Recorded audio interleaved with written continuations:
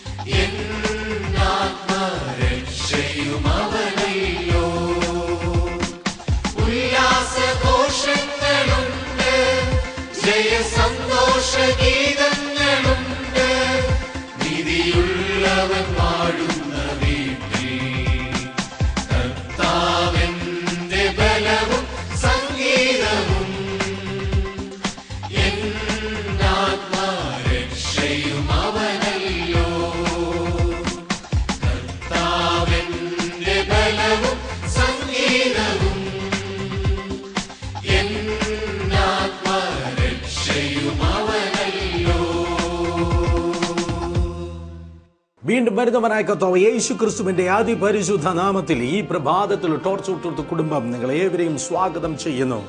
നമ്മുടെ കർത്താവ് നമുക്ക് വേണ്ടി ജീവിക്കുന്നവൻ അത്രേ. ഞങ്ങളെ ശുശ്രൂഷയ്ക്ക് സഹായിക്കുന്ന എല്ലാ പാർട്ട്നേഴ്സിനും, എല്ലാ TV ക്ലബ് മെമ്പേഴ്സിനും കർത്താവിന്റെ നാമത്തിൽ ഹൃദയത്തിന് ആഴത്തിൽ നന്ദി പറയുന്നു. കാരണം പരിശുദ്ധാത്മാവ് കഴിഞ്ഞാൽ ദൈവവചനം പ്രഘോഷിപ്പാൻ നിങ്ങൾ ഓരോരുത്തരും അത്രേ ഞങ്ങൾക്ക് അതേ പ്രേരണ ആയിരിക്കുന്നത്.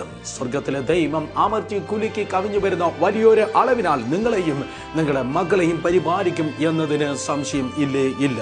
കാരണം ദൈവത്തിന്റെ വചനം പഠിപ്പിക്കുന്നു, അബ്രഹാം ദൈവദൂതന്മാർ എന്ന് അറിയാതെ ദൂതന്മാരെ ഒരു ദിവസം അത് പരിപാലിക്കുകയുണ്ടായി. അബ്രഹാം ദൂതന്മാർ എന്ന് അറിയാതെ ദൂതന്മാരെ സൽക്കരിക്കുകയുണ്ടായി. അബ്രഹാം ദൂതന്മാരെ സൽക്കരിച്ചത് കൊണ്ട് ഒരു ദിവസമല്ല, ഒരേ ഒരു നേരം അബ്രഹാം തന്റെ ദൈവദൂതന്മാരെ സൽക്കരിച്ചത് കൊണ്ട് അബ്രഹാമിന്റെ സന്തതിയെ ദൈവം മരുഭൂമിയിൽ 40 വർഷക്കാലം പരിപാലിക്കുകയുണ്ടായി. ഒരു നേരം സൽക്കരിച്ചതിന് 40 വർഷം ദൈവം പരിപാലിച്ചുവെങ്കിൽ എത്രയധികമായി നിങ്ങളെ ഓരോരുത്തരെ ദൈവം പരിപാലിക്കും. അതെ, നമ്മുടെ ദൈവത്തിൽ നിന്ന് തിന്മ വരുന്നതേ ഇല്ല. എല്ലാ നല്ല ദാനവും തികഞ്ഞ വരവും ഉയരങ്ങളിൽ വെളിച്ചങ്ങളുടെ പിതാവിൽ നിന്ന് ഇറങ്ങി വരുന്നത് കൊണ്ട് ഈ ദിവസം ഒരു നന്മയ്ക്ക് വേണ്ടി തുറന്ന ഹൃദയത്തോടെ വിശ്വാസത്തോടെ ദൈവസന്നിധിയിൽ നമുക്കായിരിക്കാം. ഒരു പാത്രത്തിൽ എന്തെങ്കിലും സ്വീകരിക്കണം എന്നതുപോലെ വിശ്വസിച്ച് പ്രതീക്ഷയോടെ കാത്തിരിക്കുക. ഇതൊരു കൃപയുടെ പകൽക്കാലം അത്രേ. അപ്പോസ്തല പ്രവൃത്തി 4-ാം അധ്യായം 33-ാം വാക്യത്തിലേക്ക് നമ്മുടെ ശ്രദ്ധയെ തിരിക്കാം. അപ്പോസ്തല പ്രവൃത്തി 4:33. അപ്പോസ്തലന്മാർ മഹാശക്തിയോടെ കർത്താവായ യേശുവിന്റെ പുനരുദ്ധാനത്തിന് സാക്ഷ്യം പറഞ്ഞു വന്നു. എല്ലാവർക്കും ധാരാളം കൃപ ലഭിച്ചിരുന്നു. ഈ ദിവസം ദൈവ കൃപയെക്കുറിച്ചത്രേ നാം കേൾക്കുവാൻ വേണ്ടി പോകുന്നത്. സങ്കീർത്തനം 103:11 പറയുന്നു, യഹോവ കരുണയും കൃപയും നിറഞ്ഞവൻ, ദീർഘക്ഷമയും മഹാദയമുള്ളവനത്രേ. ദൈവം കൃപ നിറഞ്ഞവനത്രേ. എന്താണ് കൃപ എന്ന് പറയുന്നത്? കൃപയ്ക്ക് 3 അർത്ഥം അത് ഏറ്റവും കുറഞ്ഞതായിട്ടുണ്ട്. ദീർഘമായ ഒരു വിഷയമത്രേ അത്. പക്ഷേ കൃപയുടെ അർത്ഥം നമ്പർ 1 അർഹതയില്ലാത്ത സ്ഥാനത്ത് ദൈവം എന്തെങ്കിലും പകരുന്നുവെങ്കിൽ അതിന്റെ പേര് ദൈവകൃപ. നമ്മുടെ ജീവിതത്തിൽ സഹോദരങ്ങളെ, അർഹതയില്ലാത്ത സ്ഥലത്ത് ദൈവം എന്തെങ്കിലും പകരുന്നുവെങ്കിൽ അത് ദൈവകൃപ. വിദ്യാഭ്യാസം നോക്കിയല്ല, കുടുംബ മഹത്വവും ജാതിയും നോക്കിയിട്ടല്ല, ദൈവത്തിന്റെ കൃപയാൽ ദൈവം നമ്മെ പരിപാലിക്കുന്നുവെങ്കിൽ, ദൈവം നമ്മെ ഉയർത്തുന്നുവെങ്കിൽ അത് ദൈവകൃപ. മരുഭൂമിയിൽ മരിക്കാൻ കിടന്ന് മരണം ചോദിച്ചവനെ ദൈവം സ്തോത്രം പിന്നെയും പ്രയോജനപ്പെടുത്തി.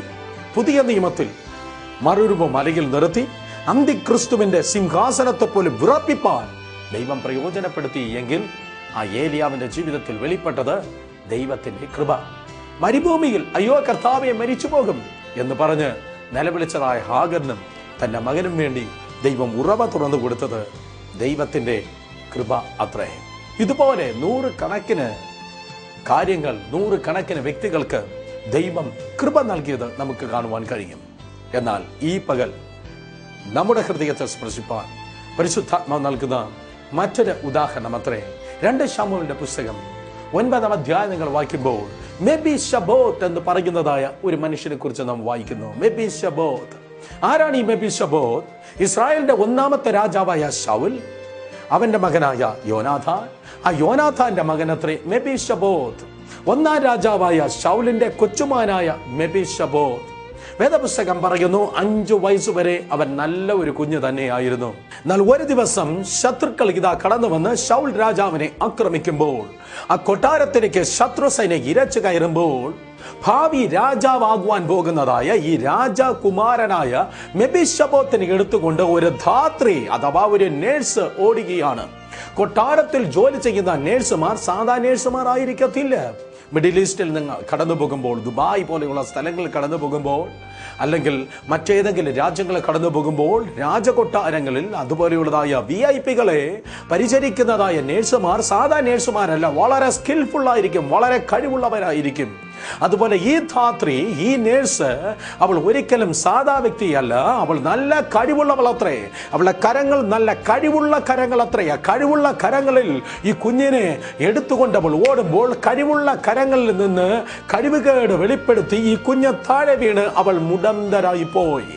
അവൻ പറയും, ഞാൻ മുടന്തനായി ജനിച്ചതല്ല, എന്നെ ആരോ അതേ താഴെയിട്ടതത്രേ, എന്നെ ആരോ താഴെയിട്ട് ഞാൻ മുടന്തനായി പോയി. ഇന്ന് പകൽ ആരോ പറയുന്നു, എന്നെ വിശ്വാസി താഴെയിട്ടു, ഞാൻ മുടന്തനായി, ആ പാസ്റ്റർ എന്നെ താഴെയിട്ടു, ഞാൻ മുടന്തൻ വിശ്വാസിയായി എന്ന് പറയുന്നത് പോലെ ഇവൻ മുടന്തനായി പോയി. ദൈവസഭയിൽ നിന്ന് ഉയരുന്നതായ ഒരു ദീനരോധനമത്രേ, എന്നെ താങ്ങേണ്ടവർ എന്നെ താഴെയിട്ടു, എന്നെ വളർത്തേണ്ടവർ എന്നെ തകർത്തു, എന്നെ ആശ്വസിപ്പിക്കേണ്ടവർ എന്റെ ആശ്വാസം കെടുത്തി, എന്റെ കണ്ണുനീർ തുടയ്ക്കേണ്ടവർ എന്നെ കരയിപ്പിച്ചു. എന്നാൽ മനുഷ്യൻ താഴെയിട്ടാലും താങ്ങുന്ന ഒരു കരം ഈ ദിവസം നിങ്ങൾക്കായി ജീവിക്കുന്നു, കൃപയുടെ കരം. മെഫിബോശത്തിനെ മനുഷ്യൻ താഴെയിട്ട് അവൻ മുടന്തനായി. അപ്പനായ ശൗലിന് രാജ്യം നഷ്ടപ്പെട്ടു, ദാവീദ് ഇതാ രാജാവായി തീർന്നു. ദാവീദ് എന്റെ വലിയപ്പച്ചനായ ശൗലിന്റെ ശത്രുപത്രേ. മെഫിബോശത്ത് ഭയപ്പെട്ട് കാണും, അയ്യോ ഞാൻ കൊല്ലപ്പെടുവാൻ വേണ്ടി പോകുന്നു. കാരണം ദാവീദ് ഒരു ദിവസം ആളയച്ച് ചോദിക്കുന്നു, ഓ ശൗലിന്റെ കുടുംബത്തിൽ ആരെങ്കിലും ഉണ്ടോ? ശൗലിന്റെ കുടുംബത്തിലുള്ള പലരെ പിടിക്കപ്പെട്ടപ്പോൾ ദാവീദ് വീണ്ടും ചോദിക്കുന്നു, ആ കുടുംബത്തിൽ യോനാഥാൻ നിമിത്തം ഞാൻ ദയ കാണിക്കേണ്ടതിന് ആരെങ്കിലും ജീവിച്ചിരിപ്പുണ്ടോ? യോനാഥാൻ ശൗലിന്റെ ഏറ്റവും അടുത്ത സുഹൃത്തായിരുന്നു, ഏറ്റവും അടുത്ത ഹൃദയ സ്നേഹിതനായിരുന്നു. യോനാഥാൻ നിമിത്തം അവൻ ദയ കാണിച്ചു. എന്നെ കേൾക്കുന്ന പ്രിയ സഹോദരങ്ങളെ, ദൈവം നമ്മോട് ദയ കാണിക്കുന്നത് ദശാംശം സ്തോത്രകാഴ്ച വെള്ളവസ്ത്രം കൊണ്ടല്ല, ഞായറാഴ്ച പള്ളിയിൽ പോകുന്നത് കൊണ്ടല്ല. ദൈവം നമ്മോട് ദയ കാണിക്കുന്നത്, അഥവാ ദൈവം നമ്മോട് കൃപ തോന്നണമെന്നുള്ളവനോട് കൃപ തോന്നുന്നത് കർത്താവ് യേശു ക്രിസ്തു നിമിത്തമത്രേ. 2000 വർഷങ്ങൾക്ക് മുമ്പ് നമ്മുടെ ജീവിതത്തിന്റെ വീണ്ടെടുപ്പിന് വേണ്ടി, നിന്റെ ജീവിതത്തിന്റെ വിടുതലിന് വേണ്ടി കാൽവരി ക്രൂശ് യേശു കർത്താവ് ക്രൂശിന്മേൽ മരിച്ചു, അടക്കപ്പെട്ടു, ഉയർത്തെഴുന്നേറ്റു. ആ യേശുവിന്റെ രക്തത്താൽ അവൻ നമ്മെ വിലക്കി വാങ്ങി. അങ്ങനെ യേശു കർത്താവ് നിമിത്തമത്രേ ദൈവത്തിന് നമ്മോട് കൃപ തോന്നിയിരിക്കുന്നത്, പള്ളി മാറിയത് കൊണ്ടല്ല. പ്രത്യുത യേശുവിന്റെ കൃപയാൽ, യേശു നിമിത്തം ദൈവത്തിന് നമ്മോട് കൃപ തോന്നിയിരിക്കുന്നു. ദാവീദ് ചോദിക്കുന്നു, അതെ യോനാഥാൻ നിമിത്തം ഞാൻ കൃപ കാണിക്കേണ്ടതിന് ആരെങ്കിലും ശൗലിന്റെ കുടുംബത്തിൽ ജീവിച്ചിരിക്കുന്നു? അപ്പോൾ ദേണ്ടേ വരുന്നു, 2 കാലം മുടന്തനായ മെഫിബോശത്ത്. അവൻ വന്ന് പറഞ്ഞു കാണും, ഞാൻ മുടന്തനായി ജനിച്ചതല്ല, എന്നെ അവർ താഴെയിട്ട് ഞാൻ മുടന്തൻ ആയതത്രേ, എന്നെ അവർ താഴെയിട്ട് ഞാൻ മുടന്തൻ ആയതത്രേ. ആർക്കും എന്നോട് ദയയില്ല, അവരെല്ലാം ഇട്ട് ഞാൻ ഇതാ മുടന്തനായി. എന്നാൽ ദൈവത്തിന്റെ ഹൃദയപ്രകാരമുള്ള മനുഷ്യനാകുന്ന ദാവീദ് ഈ പ്രകാരം പറയുന്നു, അവർ നിന്നെ താഴെയിട്ടോ, നോ പ്രോബ്ലം, ഞാൻ രാജാവത്രേ, സ്തോത്രം, നിന്റെ അപ്പന്റെ സകല അവകാശം ഞാൻ നിനക്ക് തരുന്നു. മെഫിബോശത്തെ, നിനക്കൊരു വേലക്കാരുണ്ട്, അവന്റെ പേര് ശേബ എന്നത്രേ. അവന് 12 മക്കളും 20 വേലക്കാരുമുണ്ട്. നിന്റെ പേര് പറഞ്ഞ് മറ്റുള്ളവരെ